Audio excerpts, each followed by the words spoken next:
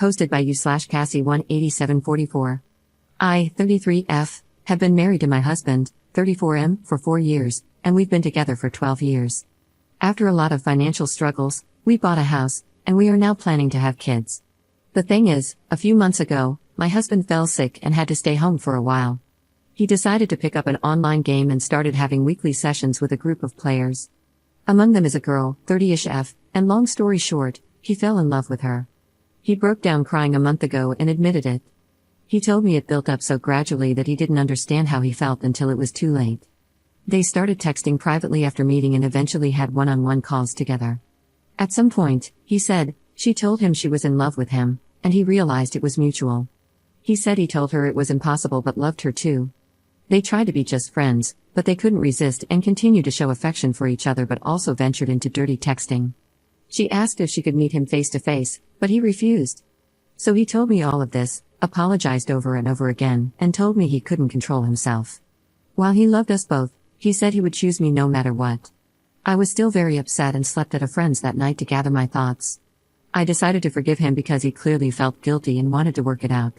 I told him that while I was deeply hurt, I still appreciated him coming forward and being honest about what happened. We had long conversations about how we were feeling in our relationship. I accepted that he could love someone else but said I didn't like how he handled it. He agreed with me. Then, yesterday, he asked if I was comfortable opening up the marriage to polyamory. He said he still wanted to live with me and have kids, but he can't erase or ignore the feelings he has for her. He says he wants to do it right and let us both see other people, with clear boundaries and communication, while still being present for one another. I'm going to be honest, it made me very uncomfortable at first. We have several friends who are poly, so I know more or less how it works, but I never really thought about getting into it myself. I am not against it, it just never crossed my mind before. I'm trying to think it through, but it's a lot to take in. Sorry, my writing is probably messy, but it's kind of hard to focus. I guess it's too early to decide, and we have a lot more to discuss beforehand, but still, could you guys give me your opinions on this? Thanks a lot. Update 1. Hey guys, first off, sorry I didn't reply to all your comments. I'm very thankful for them, they helped me realize some hard but fair truths about the whole situation. I waited for a bit to think about it all and had multiple long discussions with my husband. I wanted to confront him before making a final decision. To answer some of your questions, the other girl wanted to meet him, but they never did.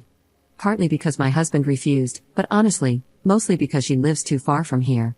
I still got checked for STDs, though, and I'm clean. As for our polyamory friends, they were apparently the ones who suggested he go down the polyamory road. I stopped talking to them for now, I'll deal with the bigger problem first. I told him his actions hurt me deeply and that while I appreciated him admitting his affair, it was still infidelity. I told him what you guys said, that turning it into polyamory was merely greenlighting the affair after the fact, and that polyamory should be built on mutual trust and communication, which he had already broken. I also told him I didn't feel respected. It destroyed him, and he said he already knew deep down but didn't want to admit it, neither to me nor to himself.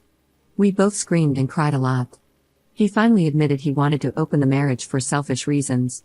He is very sorry. He cut off contact with the other girl, gave me full access to his computer and phone, and now wants to go to counseling to repair our relationship and marriage. He has been showing me a lot of affection and attention since then, although he admits that sometimes it's out of guilt and not just pure love. And now I want to make it work too, but do I really? Or is it sunk cost fallacy? I don't know. Our first session is in 2 months, the earliest we could get, and every day I change my mind. Literally yesterday, I wanted to leave him, while today I think it's worth giving it a try. Because we've known each other for so long, we understand each other on a very deep level, share a lot of interests, and have already built so much together. He was there for me during the hard parts of my life. He took responsibility for his actions and is really trying. Plus, if I leave him, I'd have to start my life nearly from scratch, find a new place to live, and go back into dating for the first time in 12 years. I don't want to lose everything. It sounds very hard and scary. Am I not too old for this? But at the same time, that's a form of denial, isn't it? It doesn't matter if those years were good, it's not going to be the same. Even if he gains my trust back, even if I forgive him, I'll never forget. I think he is genuinely remorseful, but isn't it too late for that? I am too empathetic. His being present now doesn't erase what was done. Do I want to stay not because I still believe in this relationship, but because I don't have the strength to ask for a divorce? Because it's the easy choice, some kind of codependency? I have no idea. I can picture both paths clearly, and it's tearing me apart. I am lost, maybe even more than I was when I wrote my previous post. I've lost sleep and appetite, and I'm not sure I enjoy anything in my life anymore.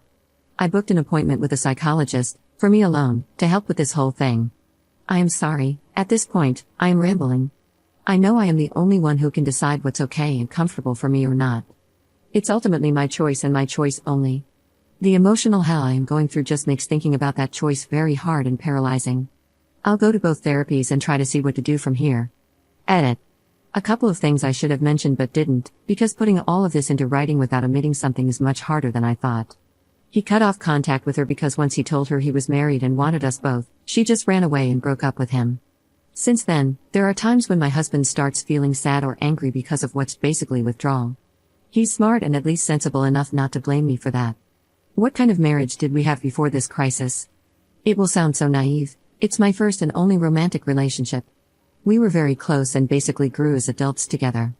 We could talk about anything and understand each other. We shared the same values and interests. What changed, I think, is that we got into a routine and he got bored. During our argument, he said he was addicted to the attention the girl was giving him and that he felt I didn't show him I was in love with him enough anymore.